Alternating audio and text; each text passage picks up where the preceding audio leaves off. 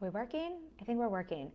Y'all, I'm sorry I'm late. I was live and Facebook was doing a funky thing that it sometimes does. So let's just see if we are actually in the group now and make sure this is actually going, because it said it was live before, but it just was doing a little swirly ball thing, and I want to make sure that we get to have this conversation.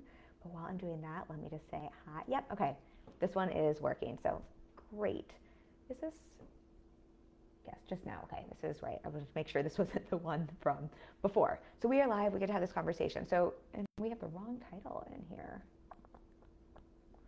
All right, well, we can adjust the title afterwards. We're actually talking about the strategy my clients and I actually use to scale to 100K to $1 million years. Let's see, can we edit that while we're doing this? Probably not.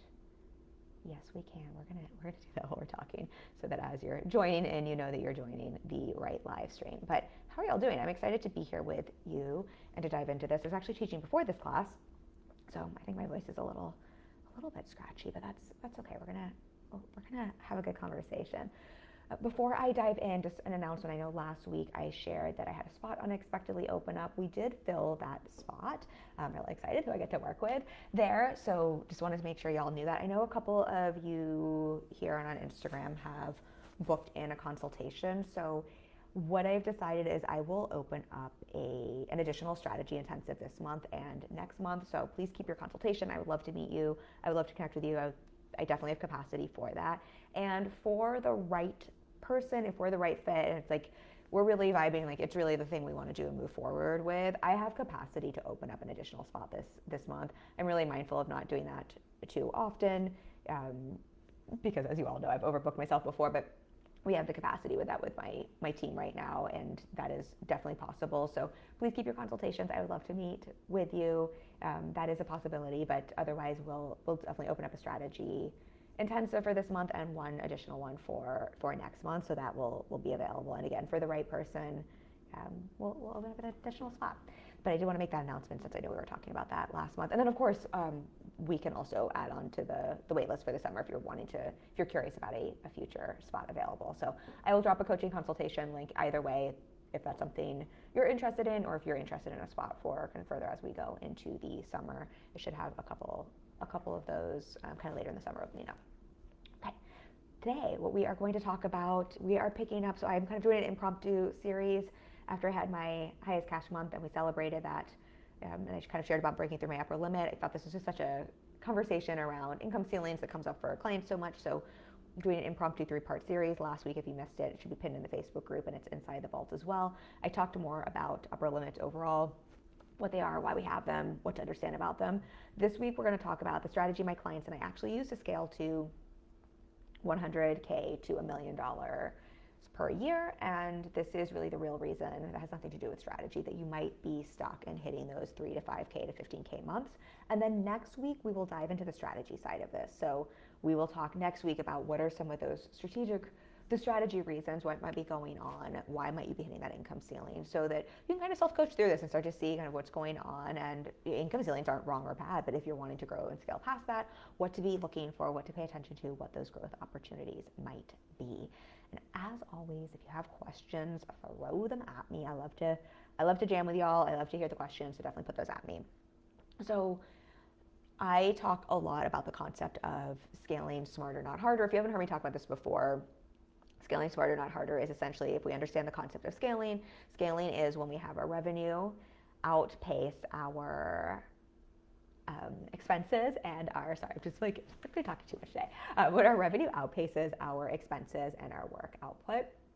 And ideally, we want that to outpace, right? Not to match. We don't want to be that person who's, yes, we're making $800K per year, but we're spending $795K, and we only have that $5,000 profit margin. We want it to outpace enough so that we can pay ourselves well. And so when I think about scaling smarter, it is really looking at how do we scale that revenue in a way where, sure, expenses and output might increase between you and team, but how do we really look at doing that in a profitable way so it really is outpacing, so that you can pay yourself well, pay yourself more without having to work harder and harder.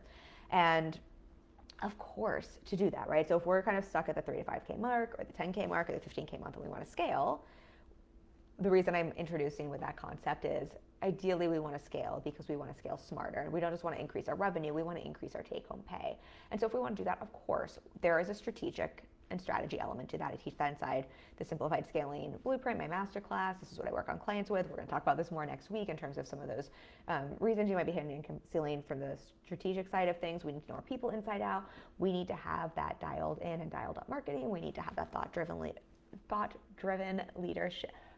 Leadership-driven messaging. Oh my gosh, words today. We need a strategic customer journey. We need a highly converting sales funnel, right? We need offers that we're delivering really well on, that are really setting us to scale. Of course, we need all of that. And again, we'll talk about some of those things next week. And I know I say this so often, but it's just so true. The truth of all truths is that the strategy to scale smarter is actually quite simple, or it should be simple. Of course, simple does not mean easy, and I would never say that business is easy. It can feel easeful, and it definitely, I think the more you do things and rinse and repeat things, it starts to feel a lot more easeful. And it is simple, and if we're overcomplicating it, that's usually a mindset thing. And what I've really seen is I have been supporting clients. I've been on over 5,000 one-on-one sessions. I've supported clients to $1 million plus since my first year in business 9 years ago. What I have seen over the years supporting clients to multi-six and seven figures is, yes, it's simple to scale, but what is not simple and what tends to take the most work is allowing it to remain simple and allowing your strategy to work for you, which becomes really more of a mindset game. And then it's really having the mindset so that we can get to neutral, to, of course, look at things like data and to refine and to tweak things, right? To have that well-oiled machine that we can just make better, we can refine and make better and better and better, so that our results can kind of stack on top of one another. Of course, that's always the case. And of course, we need, the space to be able to have our thought leadership so that we can share that. All of these things are true, but for us to be able to do those things, there is generally a mindset component to it, an energetic component to it that is really required for us to scale. I talk about the CEO identity and role quite a bit, and this is all part of it. What I see for most of my clients is that their next level really does come from rinsing and repeating and getting better and better at what they're doing, and then learning how not to mess with it. And that, I think, is the hardest fucking thing, myself included, for all of us. And so I think really with that, it really requires us to do the deeper internal work, to trust ourselves, to notice where our brain, where our nervous system, our brain's a part of our nervous system, where our mind is kicking up thought patterns that aren't helpful, that are asking us to find problems, to fix things that don't need fixing, or to help us, or they're asking us to create problems that don't exist. One of my clients, if she were on here, she'd be like, oh, Kim's talking about me. This is all of my clients, but she's always just like, laughs because every call she brings like this big problem to me, and it's almost always a problem she has fabricated in her mind, and I just give her so much credit because she's willing to bring it to our calls. But if we weren't focusing on spotting the right problem to solve in her business, and if I was a coach who was just like so wanting to dive into everything and just like, yes, my clients, and not really paying attention to the bigger picture and chasing her down every rabbit hole, I'm sure she would still scale. She's taken her business from 0 to 6 figures, and she's now scaling to 15K months and above. And I'm pretty sure she wouldn't be as profitable because all of the so-called problems her brain kicks up would create so much extra work for her. And a lot of our work is in identifying when is this actually true, and there's something we need to pay attention to. Because again, kind of so I understand at the beginning of our conversation, of course, there are strategic things in our business we need to pay attention to. Of course, we're kind of always solving for those and rinsing and repeating and refining those things. Like that is just the game of business. And for most of us who are high achievers, who are recovering perfectionists, who are human, I mean, our human brain is just wired to look for problems. I think for many of us, I don't know if there's research on this, so this is just a Kim thought, this is not, don't like go quoting me, but I wouldn't be surprised if we get a dopamine hit when we find a problem that we can solve, because it feels, just think about it, business is something that is very uncertain, right? We cannot feel like we're in control a lot. So when we're feeling uncertain, when we feel like things are out of control, when we feel unsafe, when we feel triggered, what we want is control, what we want is safety. Our brain tends to scan the horizon. This is just how we're wired, evolutionarily speaking, to create safety, to find a problem, to find a threat, to fix, and to solve. I again, this is just a theory. This could so not be true. But I just wonder for us high achievers, for us business owners, for those of us who really find a lot of safety and control and in doing and in the work, if there is a part of our brain like that when we find that problem and it's something that we can do and something that we can control, if it spikes a little dopamine. I wonder. I'm going to research that later. So that's my thought leadership as we talk through this. But I find, so for, let me bring us back on track here. I find for a lot of us, if we want to scale, the strategy that is actually at play that we don't realize is learning how to manage our mind and learning how to self-regulate our nervous system.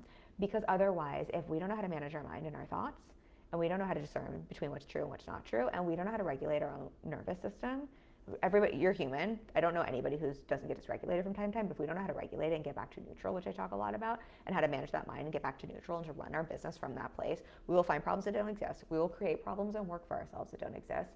We will get in our own way, and we will slow ourselves down. And that's why I titled this in terms of like, what's the strategy my clients actually use to scale to six figures up to $1 million?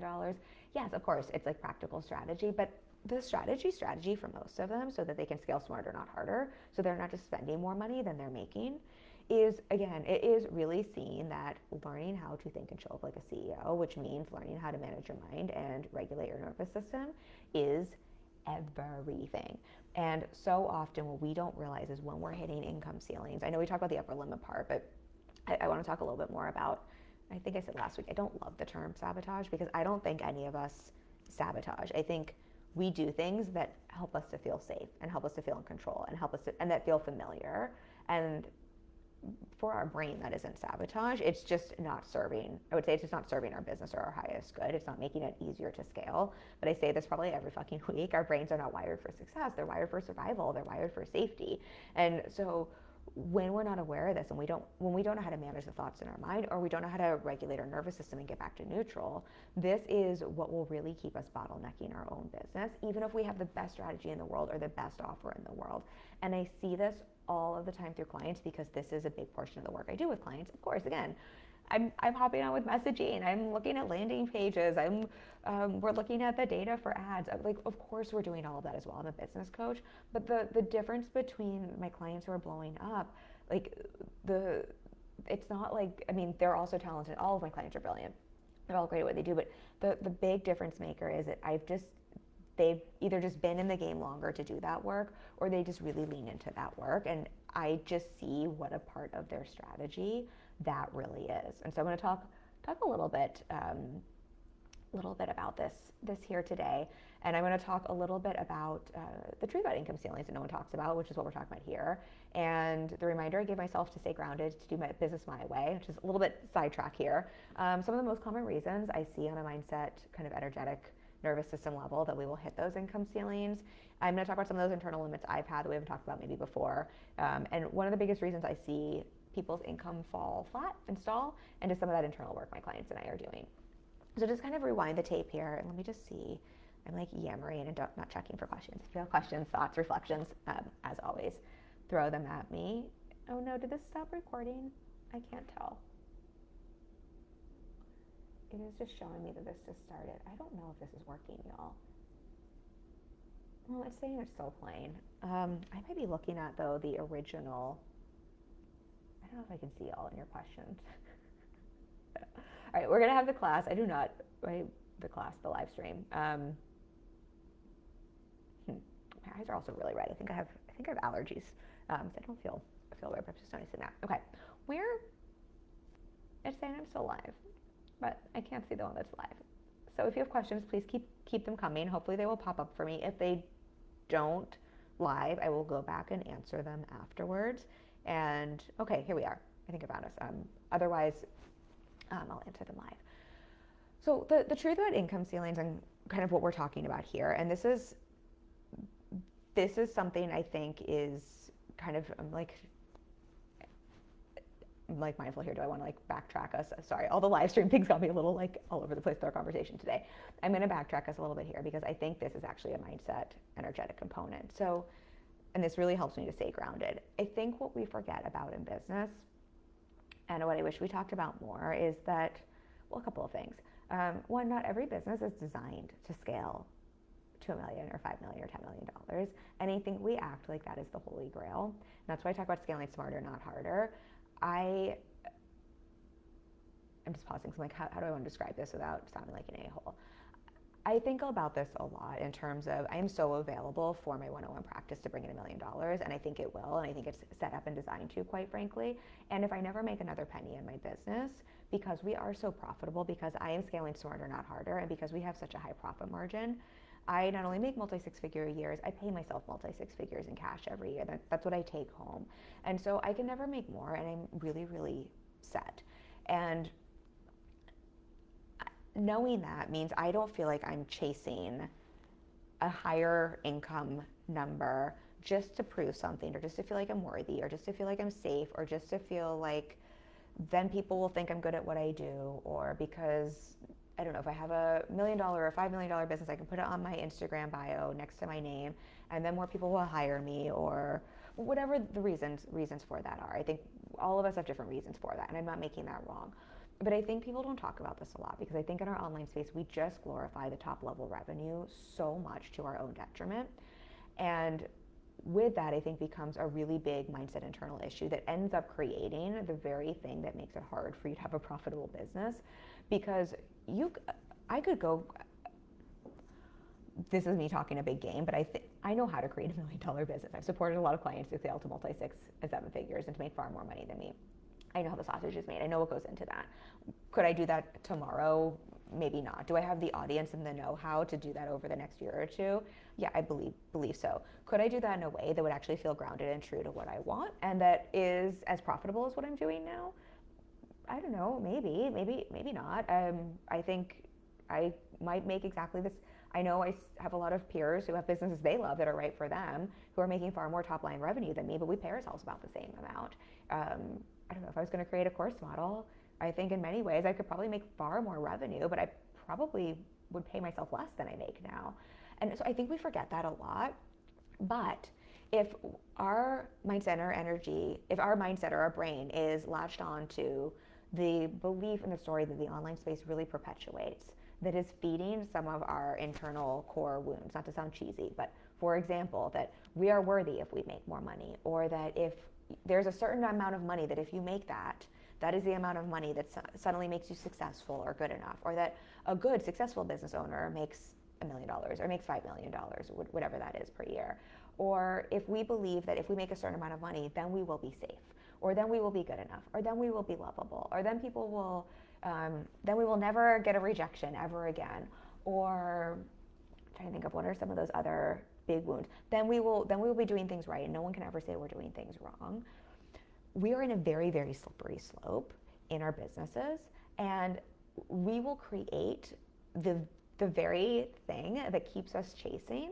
And either we will create the money we want, but no amount of money will ever feel enough to fill the internal hole we have, right? No, if you don't feel safe with how much money you're making now, if you don't feel good enough, if you don't feel great now, if you don't like what you're doing now, no amount of money is going to make you feel more safe, better. Like that number will just always increase, because as you make more money, you have more responsibility. And like we were just talking about, the other side to this is that not every business is designed to bring in a certain amount of revenue or a certain amount of profit, and we forget that.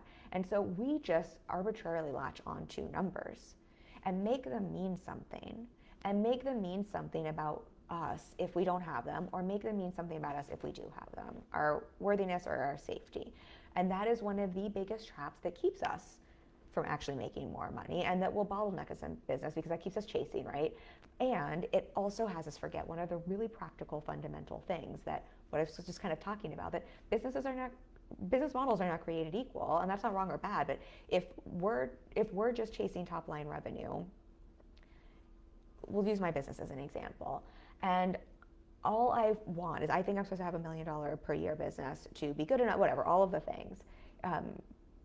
What happens then is that either I'm in a business model that I do think actually with one-on-one and with revenue share, that's very possible. Is it possible next month? Highly unlikely. Is it possible this year? I mean, maybe, but revenue share, I mean, that's like, it couldn't be more out of my control than anything. So unless I could, but then what happens is we make that so important, it means so much about us, we start making really stupid, we create problems that don't exist, right? Like, this is a problem with me. And we start making, because then we have to solve that problem that doesn't exist. Because I'm not making $1 million next month or in the next 3 months, there's something wrong with me and I suck and people won't like me or whatever, think I'm a good coach, fill in the blank there. We then start solving that problem that doesn't exist. And we make really poor decisions as a CEO. And this is how we cap our revenue or sabotage our businesses or burn down great businesses. So this is when, for non-strategic reasons, we do things like decide one-on-one sucks and we offer a new program. There are lots of reasons not to do one-on-one. Most of my clients don't want one-on-one. I'm just using this as an example. This is when we do things like decide that we have the wrong clients and we need to work, I'm only going to work with clients at a certain level. This is when we do things where we're like, well, I need to throw out a revenue share model and I'm going to jack up my prices. There's nothing wrong. By the way, I give myself full permission. If I want to stop revenue share and charge $50K for my coaching, I have the experience, I have the client and personal results, I could do that, right? There's nothing wrong with that at all. But it's very different if I'm coming at that from a very neutral place because I've managed my mind and my nervous system, just because that is what I actually want and that's how I want to scale, versus I'm making a problem that doesn't exist because of noise in our space or because of what I'm making an arbitrary number mean, and I am there feeling triggered or activated and making a decision from that place. Those are two very, very different things. And so that can create a lot of, this is when people make unintentionally really poor strategic decisions. They call it a strategic decision. They call it a strategic scaling decision, and they don't understand why their business isn't bringing in the results they want, or why they're trapped, or why they feel like they're hustling all the time, or why they're hitting a ceiling. And this is generally a big part of the reason why. The other thing, and I'm just trying to think if I want to say this. I guess then the other part with that is just realizing certain models and certain businesses, there's like two pieces of this, do just have a cap. And so if I didn't have a revenue share model with one-on-one, and I'm sharing all this because this really helps me to stay really grounded in my way and to not make myself wrong, and it is actually what has helped me to scale a very traditionally non-scalable business model, and it's what helps my clients to scale. I have clients in all sorts of different models, like this sort of work and understanding all of this. But there is a cap to most models. One-on-one, if you don't have revenue share, right, there's a cap to how many spots you can hold and actually deliver well. I think I hold a pretty large roster. That's why I'm very mindful of how many spots I fill or open up. Did I? Yeah, I was just thinking, did I share with you all that we filled the spot, but we haven't, because of the live stream stopped and restarted. I filled the one-on-one spot we had open, but I'm going to honor, for those of you who have calls, I feel like it's so important to say, we're going to honor and open up an intensive this month, and I might open up a spot for the right person. But the reason I'm sharing that, I just can't remember now, with the tech fails, kind of what we were talking about and what's worked or not worked. But with all of that, kind of what we're talking about here is, if you have a traditional one-on-one model, even if you have a group program at a certain price point, there is a cap to how much money that can bring in. So we'll use the group model example. Let's say you charge $500 per person and you allow 20 people into your program. 500 times 20, right? That's 10,000. Let's say that's 10,000 per month. That is actually your cap. And so what happens a lot of times with income ceilings is we are actually at our income ceiling, not because there's something wrong with our business or our strategy or anything wrong, but because there's literally no more capacity. We need another offer, or we need to raise our rates. Like, there's actually fundamentally something like that, and that's why we're hitting an income ceiling. But because we don't realize that, and we think there should just be exponential revenue coming through every business model ever tomorrow in 5 seconds flat. And because we're making that mean something when we don't hit that, because the online space, because trauma, because our brains, because our nervous system, because we don't feel safe, because business is uncertain, because the world is on fire, right? Fill in the reason for that. It is really easy to start chasing things in business, to start making yourself wrong, right? To start looking for problems, to start fixing things that aren't broken. That is actually the sign of a really healthy, successful business that is primed to scale. If you have that mastermind and you have 20 spots at $500 and all of those spots are filled, you actually aren't hitting an income ceiling, you are hitting a capacity ceiling. You have a lot of demand, which means you are ready to scale. We just have to figure out you need to listen to next week's live stream. We need to figure out the right strategic step for that. But that doesn't mean you have a problem with all of these different things in your business. That means you're doing everything right. Like, that is a really good thing. But what I see for so many people is, because the arbitrary number in our head is not what we think it's supposed to be to prove things on the internet or to ourselves or to self-soothe, because we don't have another way to self-soothe, or we don't have another way to create excitement. I will raise my hand to this one. Sometimes when we're really good at sales and booking clients, we get dopamine hits from that. And sometimes it's really tough when we're full to not just like constantly want that dopamine hit of more, which is why I have to be very mindful of that myself. I know it's a good problem to have, but it's a real problem. But I say all of this because if we're not aware of that, then we make this a story that we're hitting an income ceiling, we're hitting an upper limit, and we can actually create that income ceiling and that upper limit because of our mindset and nervous system dysregulation. If we can start to see these things as like, oh, these are just normal things in business. I picked an arbitrary number out of nowhere, and my business model doesn't really sustain that number, but actually my business model sustains this other number that I'm making, and I'm actually quite at demand, and this means I'm in a really great place to scale. Or if we see things like what I've really come to learn and feel great around, where I'm like, yeah, of course, I'm available for my one-on-one model to scale to $1 million. I actually believe it will with revenue share, but the timeline's kind of out of my hands, and I don't expect that to happen next month. I mean, I'm available for it, but I just don't expect that to happen next month. Nor would I ever put that pressure on myself or my clients. But when I'm not making that mean something where it's like, oh, I'm only safe, or I'm only good enough, or I'm only a good coach, or I'm only in demand if I hit this arbitrary number, otherwise I'm at an income ceiling, right? When we can release all of that, we actually have an easier time grounding ourselves in our business, trusting ourselves in our business, managing our mind, not creating stories, not getting triggered, not getting dysregulated, not giving our power away to someone else's business, to someone else's model, to what someone else is doing, to an arbitrary number. It is so much easier then to actually be in our CEO role, to show up more neutrally, to make those strategic decisions. We'll talk about next week more, right? To actually break through those income ceilings. So that, I hope that makes sense. I feel like that was a long mouthful, but I think more than anything, I'm going to talk through some other common ones, but I think that is one we just don't talk about enough, that I think that screws up more people than anything. I really, it sounds so funny, but I think it's almost like our manifesting world like did us such a disservice, where it's like you need to have like this big massive number, and it's like unless we can manifest that, we're doing something wrong, and then we have like a mindset block or something like that. And sometimes the block is thinking we have a block. Sometimes the block is thinking we're doing something wrong. I was just talking about this with one of my clients who's brilliant. She's a really successful business. She's crushing it. She's making multi-six-figure years. And one of the things we were talking about for her is she's already scaling, but she wants to scale more, and kind of like what's going to take her to the next level. And as I was kind of reflecting to her, like what we're talking about here, like the less she can make this number mean something about her, the more she can hold it lightly. Like of course it's a goal she gets to have, and she's deciding she's going to reach, and she's going to make it hers, but the less she can make it mean she's missing something, or there's something wrong with her, or there's something wrong with her business, or that she hasn't had it yet, the more she can just neutrally let her business work for her and get those results, the more she's clinging on to that goal as needing that to prove she's doing things right for her in her business, the more she needs that number to be the thing where she gets her safety from, or her worthiness, or like what makes her feel like she's doing right. The more she's giving her power away in her business to looking for what she's missing, or to trying to find problems to fix that don't need fixing, the easier it is to actually sabotage and to hit an actual income ceiling. And I know this is easier said than done. This is some of my biggest work I've had to do myself. I cannot tell you. I was talking about this with another client yesterday. This has been a common theme. She has a ads funnel that's converting really well. And we were talking about, she was sort of like wanting to talk about optimizing it. I was like, girl, do not fucking touch your funnel. Your funnel is working really well. And what we have to be so mindful of is not letting something that is working really well, letting our little recovering perfectionist brains, or our high achiever brains, or our brains that think if this is good, then tinkering, there must be a problem that I could tinker with to make it even better, and that will give me exponentially better results.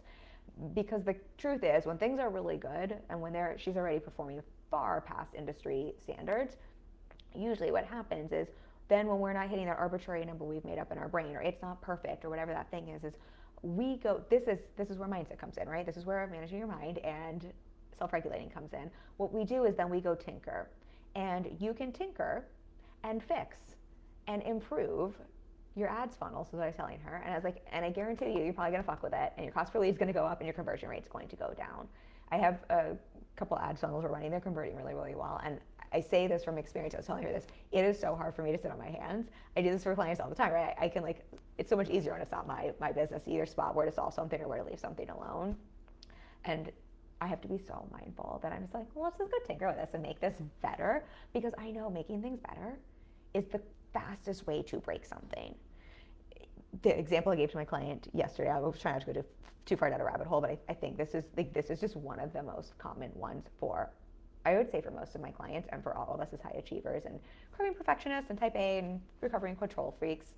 So my clients don't think I'm calling, I mean, my clients will know who I'm talking about because we've had those conversations, but this is true for, I'd say, almost all my clients. When I was 12, I plucked my eyebrows for the first time. I did it myself with a friend, and I was definitely a perfectionist when I was 12. And it wasn't perfect, so we kept plucking. I didn't have a unibrow, but I kind of one of those like definitely still, I guess call that a unibrow. It just wasn't like super heavy. And I had really thick eyebrows. I wish I hadn't plucked them because they were like everything we want as an adult. But when you're 12, you don't fucking know. So I kept plucking. And this side wasn't perfect, so I plucked a little bit more. But then this side had to be even. And I ended up plucking them so much, I made them so thin, and one of them was like into here because I just had to keep, I was too close, right? And I just like wanted to keep tinkering and keep perfecting. And I took what were actually gorgeous eyebrows that maybe just needed like 3 little things plucked from them and made these pretty awful pencil thin eyebrows. And one was like in here. I think it took like a decade to have the other one like fully grow back in. That is the most common reason we hit income ceilings. And all of that is mindset and energetic.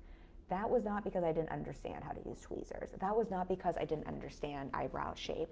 That was because I was making eyebrow shape mean something about me. And I had an arbitrary level of perfection in my mind. You know what I mean? Like, that is because I was not able to manage my mind. I was not able to step back. I was not able to leave well enough alone. I was looking for a problem to solve, and I was going to fix it until I fixed it, until the point of creating basically a problem. And I know it's just fucking eyebrows. But I feel like that's just what all of us, not all of us, but many of us can do in so many different ways. And so I'm going to give some other examples, but I really can't stress this one enough, and how learning, it sounds so basic, and it is simple and some of the hardest work I think all of us will ever do. That's why I say this is the strategy. Like, this is the strategy to scale. This is what I support my clients with. Learning how to manage our minds and to really listen to our thoughts and to know how to be the boss of them instead of our thoughts being the boss of us. And learning how to self-regulate and to not operate our businesses when we are dysregulated. You're human, you're gonna get triggered. You're human, you're gonna have fears. You're human, you're gonna have shitty thoughts. You're human, you're gonna mean things that aren't helpful. But the difference is, when I talk about like your CEO role, is learning how to manage those thoughts, hearing those thoughts and knowing what's true and not true, what to listen to, what not to listen to, and how to get back to neutral and to take strategic actions in your business from there. Knowing when you're dysregulated, how to take care of your nervous system and calm it down, and waiting until you're at neutral, right, to make those strategic decisions and move from there. That is one of the biggest difference makers that will take you from, because, and I've talked about this a lot on Instagram recently too, but our ability to scale is also equally proportionate to our capacity to hold our success and the discomfort that comes with it. And that is the discomfort of some of the other examples I'll give, in terms of like being seen by more people not liking us, having haters on the internet, getting shitty comments, having a client default on payments, having a team member that is costing you money and making mistakes in your business, having more responsibility, having more taxes, right? Your capacity to hold all that discomfort, but also the discomfort that comes with things that are unfamiliar to our nervous system, like making more money than we've ever made before, getting more recognition and acknowledgement than ever before. I won't go into that too much now, but I shared on the live stream about my biggest month. That was one of my biggest challenges in terms of nervous system work I had to work through, was creating safety around being seen, around being acknowledged, around making more money, and all the things I was making that mean. Which is why, again, when we can start to see that, yes, of course we need strategy. Of course you need to, like, all of us can work on our messaging and our sales process and all of that. And when we can learn how to manage our minds and regulate our nervous system, then we can stay out of our own way. Then we stop creating problems that don't exist. But then we also stop looking at our businesses and thinking we're hitting an income ceiling, or that there's something wrong with our offer, when really it's maybe something like, oh, this business was never designed to scale to $1 million. I actually need to create a new offer. Or, oh, this business was never designed to bring in more clients than this. So I either need to be okay here and not make that wrong, and to see, but this business is probably bringing in the same amount of revenue as another business is making more top line revenue. What do I actually want? Do I want more revenue? Do I want more profit? Do I want this model or that model? Can I make those choices as opposed to just chasing things, burning things down and chasing things arbitrarily? Right, no questions, but I don't know if I can actually see that, but I think this is working. This is still recording. Okay, we're succeeding here. Okay, I'm going to very quickly, one of the things I promised here, and I think this is going to be helpful for us, because what I know for my clients, what I know for myself with my coaches, what I value my own coaching so much is we can't read the label from inside the jar. We can't spot the spinach in our own teeth. Can't put mascara on in the dark. All of the analogies there. One-on-one coaching is invaluable because it's tough for us to spot these things in ourselves. And so what I thought might be helpful is just identify, like, these aren't not, by no means all of them, but just listing what some of the most common internal mindset, nervous system reasons we will hit income ceilings in our business, right? That we will look for those problems that don't exist, or that we will sabotage, or we will get in our own way, or we will play shrink and play small, right? I think that's another thing there. We will shrink and play small, or we won't take up space, or we won't lean into our strategy, or we won't be consistent with our strategy. And I thought it might just be helpful to walk through those so you can see, oh, I thought that I had a problem with social media or with Instagram, and maybe you do, and maybe that's practically really the thing. But you might hear something I say here, and I'm like, oh, it's not actually that I have a thing with social media. It's that actually I'm really petrified about failing publicly. I'm really petrified about being seen by more people. I'm really petrified about being visible and having that person from high school see me and think that I'm doing things wrong. I'm really petrified about being seen not doing things perfectly, like being seen in my learning process. That's actually what's going on. That's why I'm having a hard time with social media. That's why I'm having a hard time showing up consistently. That's why I'm having a hard time bringing in leads. That's why I'm having a hard time bringing in sales. That's why I'm hitting the income ceiling. And the reason I spell it out that way is because what we tend to look at is what is the surface level problem we can identify, and what is the thing that is triggering us. It's social media, as opposed to looking under. And it's like, but why? Social media is pretty neutral and it works. Like, why is this creating a problem for us? So I'll list through a couple of those. I feel like I had a thought in there I wanted to share. Oh, this was the thing, before I list those, in case you don't make it through this whole live stream, the thing I always think about is, and we'll talk about this more next week as well, how do we know? So one of my clients is asking me, she's like, well, how do I know if I really have a problem or not? How do I know if it's a strategy thing or mindset thing or not? Look, the truth is it can honestly often be both. If the social media example I gave there, it could be true that there's an opportunity to learn how to message, or to learn how to create a customer journey or a sales funnel off of social media, or how to get more visible, or how to have that working for you. I think all of us, there's always a learning curve and growth, and unless something's just working supremely well, like these are iterative processes. I know I talk about that a lot. So it could be both, but what I am always curious about as a coach is, are we neutral or are we jacked up? Are we making something mean something, or are we neutral? So what I mean with this example here, I think that's how you know if this is more a mindset energetic thing, or if this is more a strategic thing to solve for so you can scale in your business. And so what I mean by that is, if you're feeling jacked up, triggered, anxious, in fear, you're in super pressurized, urgent energy, super avoidant energy, right? Those are kind of pendulum, like the other pendulums swinging.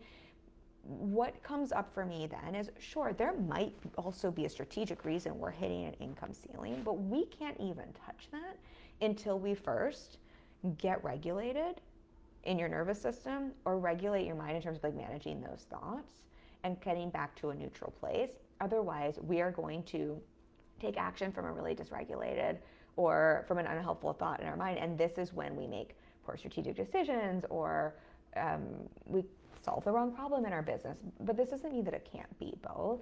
But I just always like to check in with, like, am I neutral or not? And I check in with this with my coach as well. Like, sometimes I have ideas, like there's some stuff I'm thinking about for my business, and I had some personal stuff come up last week, and I was like, I'm just gonna acknowledge, I know what I actually need to talk through is process this personal stuff so I can get back to neutral, because I have all these other ideas and they may be good and they may not be good, and I might need to take action, I might not, but I can't discern that. I can't show up in my CEO role and discern that until I'm at neutral, and I'm not neutral right now because of this other shit going on. Can we talk through that? And I just reflect that here because I think it's just easy for us to think that there's something like wrong with us if these things come up. I think we hear income ceilings or upper limits, And we just make it mean if we're not forever crushing through upper limits and income ceilings, we are broken and there's something wrong with us, and that there's like people who have the secrets to never have that it doesn't even actually make sense. I mean, if you think about the concept of an upper limit, all of us have a limit until we hit it and we break through it. And as soon as we break through a limit, we've created a new floor, which means there's a new ceiling. And this is a forever game we are all playing. That is just the game of growth. And if we are assuming that, we have exponential potential, we have limitless growth, there's just always a ceiling we are hitting. And as soon as we break through it again, right, like there's a new bottom, new floor, and then there's a new ceiling. And so this isn't wrong or bad. It's just like, this is just the growth game. And we are kind of all going through cycles of, we hit that, something is coming up for us that we need to grow and move through, which is generally the personal inner work. We do that. We break through a ceiling. And then when we do, and we create that new bottom, then we're usually neutral for a while, right? We can grow, learn, and then we hit that upper limit, right? We hit our growth edge and we kind of go through that process again. So that feels important to say. That's how I kind of discern though with clients, if we're kind of in that place where we aren't neutral, we need to do energy work sounds, I just mean like regulate the nervous system or mindset work, but sometimes it's not a thought thing. Sometimes it's just like our system is jacked up. If we're at neutral, then we can take a look at the strategy pieces. Sometimes, kind of like what we're talking about here, sometimes it is, more often than not, it is just our brain getting in our own way, our nervous system getting in our own way, creating problems that don't exist, but sometimes it is both, so I don't want to gaslight people around that. Let me just see if you have any questions. Okay, hopefully this is resonating. I'm just going to rattle through a couple of these. These are by no means all of them. But again, I thought it would just be helpful to hear what are some of those internal reasons that can jack us up, that can have us create those income ceilings, get us out of neutrality, that prevent us from breaking through to that next level. Because if you are wanting to scale, again, it's just so easy to latch onto the only strategy side. And these are just some of the things I've really seen be supportive for my clients to work through. One of the surprising ones, it shouldn't be surprising, but it is I think a lot of us have quite a lot of fear around making more and holding more and keeping more, and what comes with that, the responsibility that comes with that, the discomfort that comes with that, the visibility that comes with that. I think a fear of success and a fear of having more is a very real thing, and I think that's why I've been talking a lot about that capacity to hold more, because I did break, it was a big upper limit for me, and I just see how much that is a way, if we have a fear of making more, if we say, so we'll use the 5K to 15K mark as a ceiling. Let's say you're hitting 15K months, but you're wanting to make 20K months. And it's like, you just feel like you're doing all the things right and the strategy's right and all the things right, but like you can't seem to get past that. Well, if subconsciously you have a fear that when you make 20K months, that you're gonna owe more taxes, or you're gonna have to pay more in team, or that means people aren't gonna like you, or you're suddenly gonna have to pay for everyone's stuff, or that you already have challenges in your business and you're gonna have to work, you're gonna have even more challenges, or you already have clients who default on payments, you're gonna have even more of those, or you already work hard, you're gonna have to work even more, right?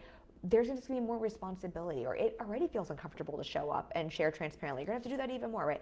Whatever that is for you, if we have that fear associated with making more, we basically don't have the capacity to hold more, because what we're saying subconsciously is, I don't want this more than I do want this. And so our work is around addressing that and creating safety and stretching our capacity to hold more of that discomfort and to see that it is safe, so that we can tell our brain it's safe to create more and to bring in more, to receive and to hold it, and to not try to push it away, or to not to avoid it, because this is when a lot of times we'll play small, or we'll avoid it, or we will find problems that don't exist, or we will tinker on the back end of our businesses so that we can do everything but get the thing we say we want to get. Okay, another, gosh, there's so many here. I'm like just looking at the time. I think that one is definitely a really big one. I think another one that I kind of spoke to here, but I think comes up for a lot of my clients, is the, I think two really common ones. One I alluded to, I think a lot of my clients have a fear of, I don't know how to say this. I think it's like a fear of burning out. And so I work with a lot of clients who are high achievers, they're very capable, but if you've ever burned out before, or if you're someone who's, this is something I think about. I love my work. I have a very high capacity to do. I love to work. And to a point. And so I think if we have built our business off of hard work and doing, and I say this a lot, like you can only hard work and do to a point. You cannot scale by just doing more and more. But if that is where we've created safety, but we also know we can't do more and more and more, this can create an internal ceiling for us, because the only way we believe we can create more in a way that is safe is by constantly doing more and working harder. But we also know to a point that is going to like break us or burn us out, or if you've burnt out before, right, there's that fear of that happening again. And so I think this can be a really big internal fear, or ceiling we create for ourselves, upper limit we create for ourselves, and a really important thing to unwind, so we can start to see that actually we don't create more, like you don't scale by doing more and more. Like that is not, you can only work hard to a certain point. Like that is not what scales large businesses. If that were the case, there would be a lot more people who are a lot more wealthy. Scaling and building wealth is by leveraging our time and leveraging our assets. That is actually what creates those results. But that is also that idea and that belief that you have to do more, more, and more. That's also where we get into those like finding problems that don't exist and tinkering, right? Because we feel like if these are the things I need to do. This is how we make really poor decisions. And so I just find this is just another really common one where we really need to unwind that, so that we can see where are we working harder than we need to and feeding this, where are we avoiding because we're scared of this happening, and how do we get to neutral and outside this fear and start to see what is the actual path to scaling that comes into the kind of strategy side that isn't just requiring more work for fuel. I think we have time for one or two more of these. Let me know if this is helpful for you. Okay, one of the things I said here is you think making more equals working more, so you subconsciously block it. I think another really big one is it's fear of judgment, it's fear of hearing no, it's fear of rejection, it's fear of being wrong.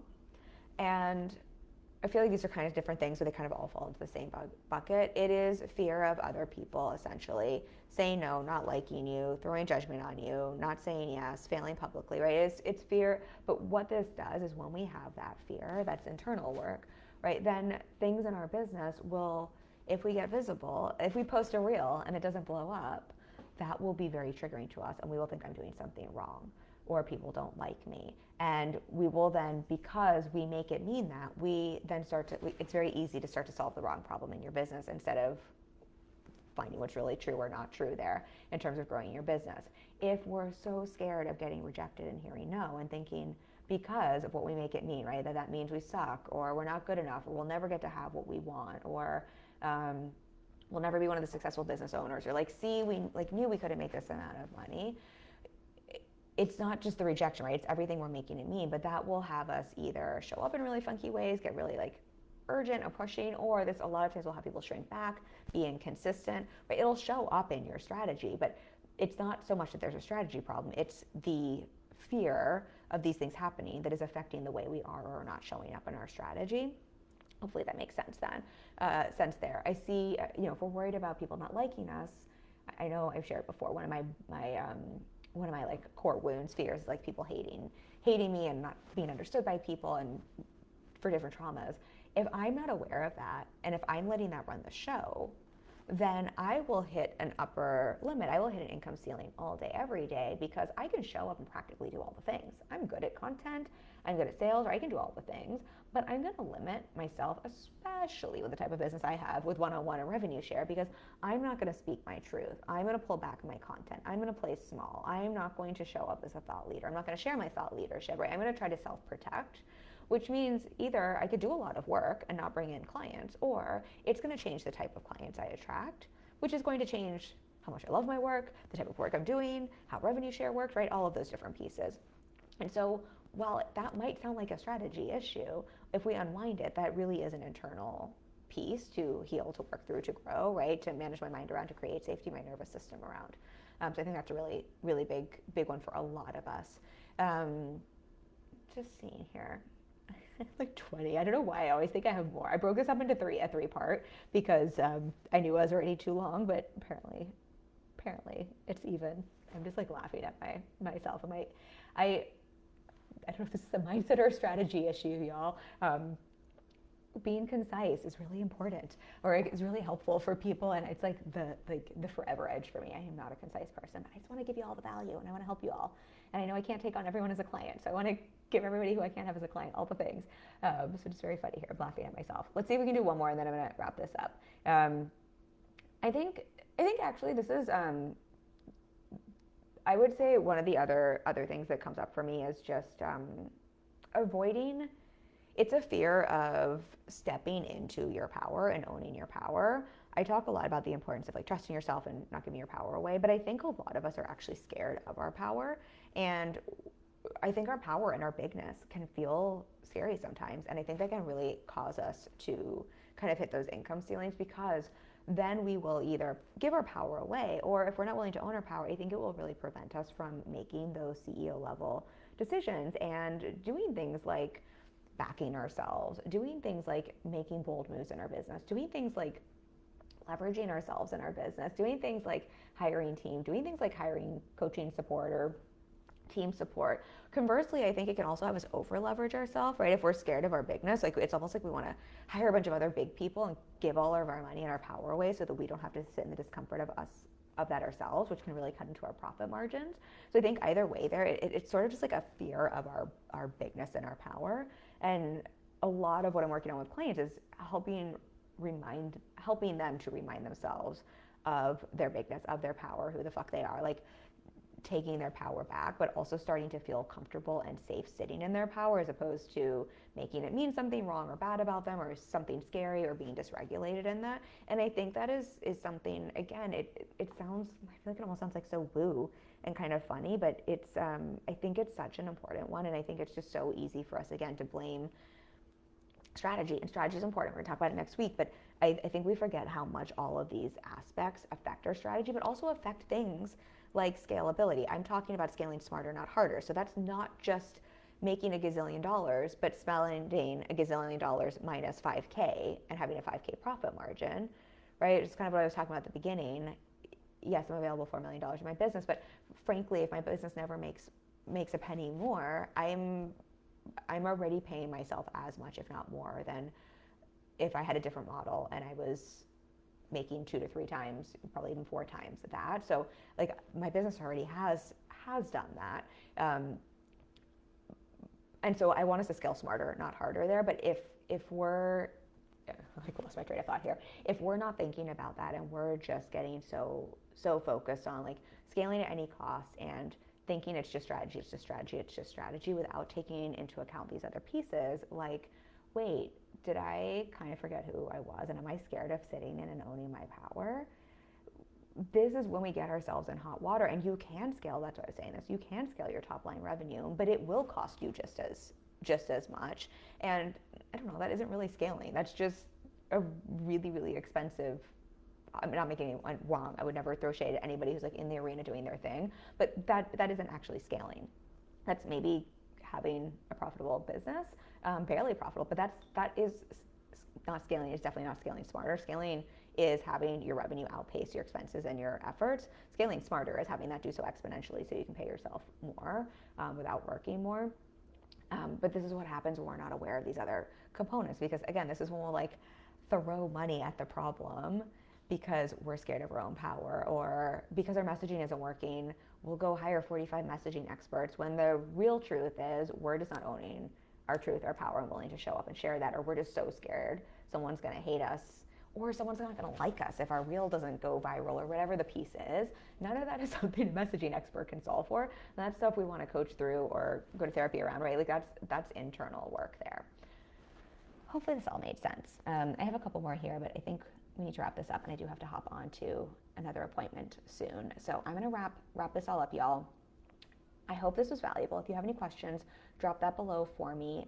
Next week, we will dive into some of the strategic reasons. So we talked about the mindset today, but like what are some of the strategic reasons we hit income ceilings, so that you can identify what to focus on to scale smarter, not harder. And I'm looking forward to diving into that with you. Let me know if you like this series and if you want more like these. I think it's kind of fun to follow a topic over a couple of days. And then again, I did fill that one-on-one spot that unexpectedly opened up, but if you have your coaching consultation, please still keep it. I would love to meet you. If you're hearing this and you're interested in working together and like this is not first come first serve, it's who's the best and right fit for my spots, please also take me up in a coaching consultation. I'll drop that below. I am going to open up an additional strategy intensive this month and next month, so we'll have that. And then again, for the right client, for the right person, I will consider opening up an additional spot. So again, please feel free to take me up on a free coaching consultation. I would love to meet with you if that's the case, even though that's filled. I don't want that to deter you. And again, this is not first come first serve. It really is based on who's the right fit to work together. So if that feels like you, if you're hearing this conversation, you're like, oh, this is the stuff I need support with, and you're ready to scale your business or grow your business from 0 to six figures, or you're ready to break through that income ceiling and you really want support getting clear on both the holistic strategy to scale and the mindset component to manage your mind and regulate your nervous system so you can hold more capacity, but also to be able to spot and solve the right problem in your business so you know what to focus on to be able to break through those income ceilings and to scale. I think that's where one-on-one coaching is really valuable. I think that's where my one-on-one coaching is particularly valuable. I've run on over 5,000 one-on-one coaching sessions, so I'm just really great at this point at spotting that and knowing what is the right problem to solve and supporting and holding clients through that. I think that's why my clients get the results they do. We've had so many clients get incredible results. Most of my clients stay and renew with me and have worked with me for years. I've had clients up to 4 or 5 years. We've had in my small roster of 20 plus one-on-one clients, 16 clients have scaled to 6 figures, 30 plus clients have made their first 10K month. Many have scaled to 250K, 500K, 700K, 800K years, 3 to a million, many to lifetime million. And then I've supported clients. I didn't take them to 2 million plus, but at the 2 million plus mark of business. So I've just seen the behind the scenes a lot, and I take a very holistic approach to business. So I am really well versed at kind of jumping in, meeting where you're at, and really getting clear on what we actually need to focus on to shift to make those growth changes, those scaling changes. And I also love what I do. So if that calls to you, again, please take me up on that coaching consultation. I would love to meet you. All right, y'all. I love you. Thanks for bearing with the tech issues and how it made my brain, since I taught this morning as well. I'm not used to doing this much talking. Made me lose my train of thought a little bit, but I hope this still all made sense for you and was valuable for you. And I'll see y'all next week.